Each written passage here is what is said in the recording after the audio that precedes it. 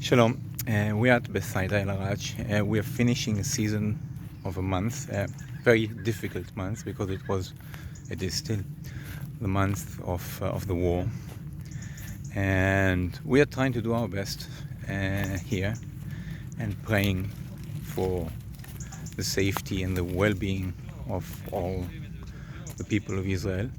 But I really want to give you some updates on what we have achieved in this month. So we are in area D, these squares, and the architecture you see here is all Roman period architecture, and lots of fine, very rich destruction layer of the 3rd century. But the main thing is that we went down there, very deep, and beneath these walls that run from the 1st, 2nd, 3rd century, very hard to see down there. There is Hasmonean 1st century BC, 2nd century BC layer. So that's area D, which is very promising, and we probably will continue digging here, mainly to get the architecture of the Roman period. And we have proved now that this settlement goes further into the 2nd, 1st century BC with relevant finds and Hasmonean coins and so on, and Roman coins, and that's a great finds in area D.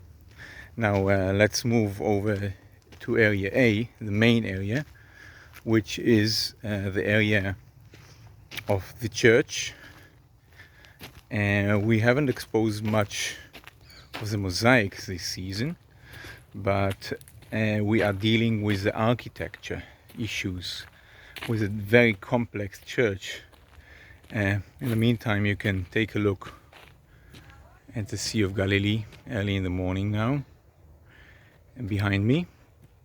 By the way, in the winter, the shoreline is here, and as the water level is much lower now, it has descended all the way down, and that would enable us to dig deep this season.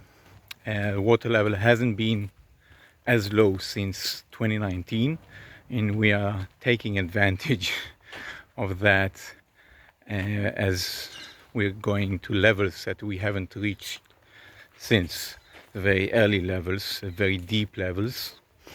And here we come into area A, and there were a few places we focused in. Here's Petros. Say hello, Petros. Morning. And this is our Petros here. And Ayelet, say hello. And Shoshi, say hello. Hello. And Moti, say hello. Where's Moti? Say hello. And these are the devoted workers, the Bedouins from Sachin and Arabe. And we have concentrated here in the west part of the church, of the monastery actually, going down, way down, looking for the Roman bathhouse. And you see those walls, are Roman walls that you exposed in 2019. And you see this massive collapse that we are dismantling, which is dated Roman, hewn stones, and it's very interesting. We're trying to understand what is this construction here, but this is 2nd century, probably 2nd century, maybe even 1st century major building of Julius Bethsaida. And this is where we found tubuli and tesserae and frescoes of the Roman bathhouse. And an issue that came up this year, as we were looking for, here's a church, take a look at the church right behind me, this is a whole span of the church. We really want to understand the stages in the church, so we exposed outside, north of the church, and every time you go and answer one question, you get to answer two other questions, and you see this long wall which is Byzantine by construction but does not fit any other Byzantine stages here, and so we thought it might be an earlier 4th century church.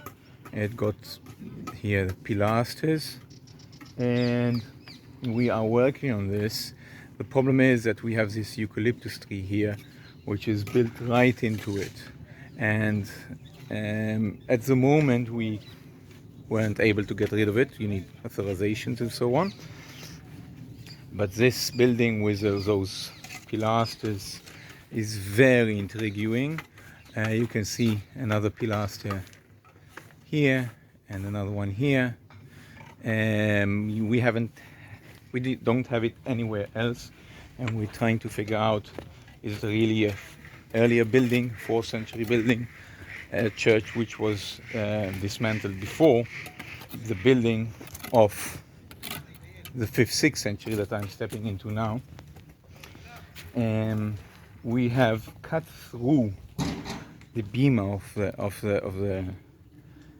church where the clergy were stood, and understood the different stages and how it was built originally. And